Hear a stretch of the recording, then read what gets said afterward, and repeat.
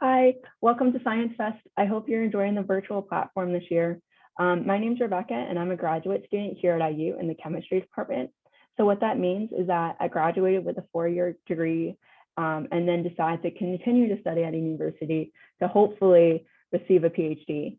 And as a grad student, I get the opportunity to teach, do research, and take classes.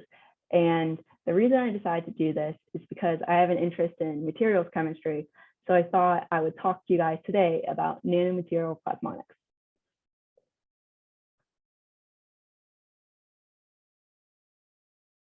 So the earliest example of nanomaterials are in stained glass.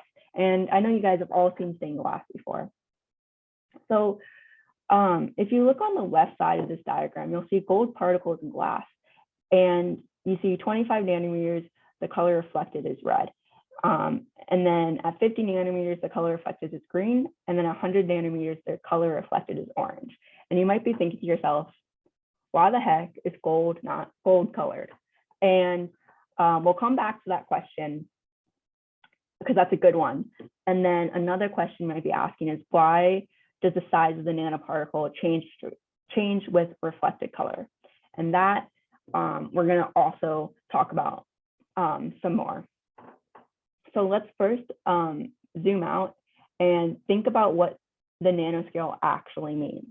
So the nanoscale is really small. And basically what I want you to do is think about the smallest thing you can think of, like on the microscale. So like strands of hair, pieces, strands of hair, red blood cells, viruses, those are really small. But nanoscale is even smaller than that. So keep that in mind.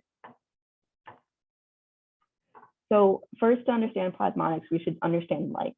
And Maxwell developed the theoretical description of electricity and magnetism, and it showed that light is electromagnetic radiation propagating through free space in the form of orthogonal oscillating electric and magnetic fields. And this explains a lot for the properties of light.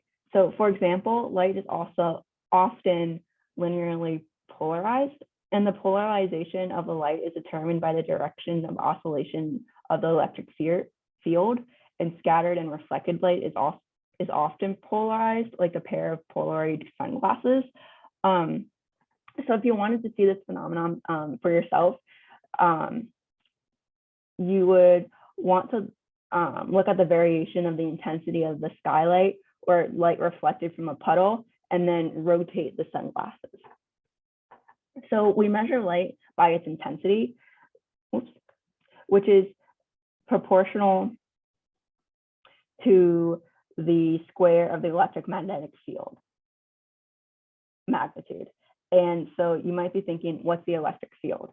And that is the light that consists of oscillating electric and magnetic fields. And the electric field interacts more strongly with matter than the magnetic field. So next we need to look about how light scatters. So there's a simple explanation for light scattering, and that is the oscillation electric field of the light partially separates positive and negative charges in the particle, with the amount of separation determined by the polarizability of the particle. So polarizable means that positive and negative charges in the material can be partially separated to produce a dipole field, and the easier it is to separate the charges, the more polarizable the material. So in the limit where the wavelength of the light is much longer than the physical dimensions of the particle, the separated charges produce a dipole field, and the oscillating electric field creates an oscillating dipole in the particle, which can then radiate the light, which is much like the antenna for a radio station. So let's think about what would happen if you took electrons and stimulated them with light. So with the stimulation of light, conduction electrons oscillate collectively, and that's called a plasmon. And the plasmon resonance is the absorption band that occurs when the incident photon frequency is resonant with the collective oscillation of the conduction electrons. And the disturbance incident electromagnetic wave of the metal decreases rapidly with the depth of the metal. So that means that the resonance often occurs on the surface, the metal surface, which is known as the surface plasmon resonance.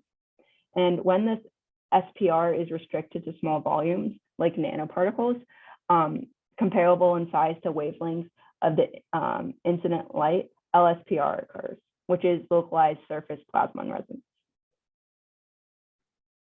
So let's go back and look at gold. So gold has an SCC crystal structure, which means face-centered cubic.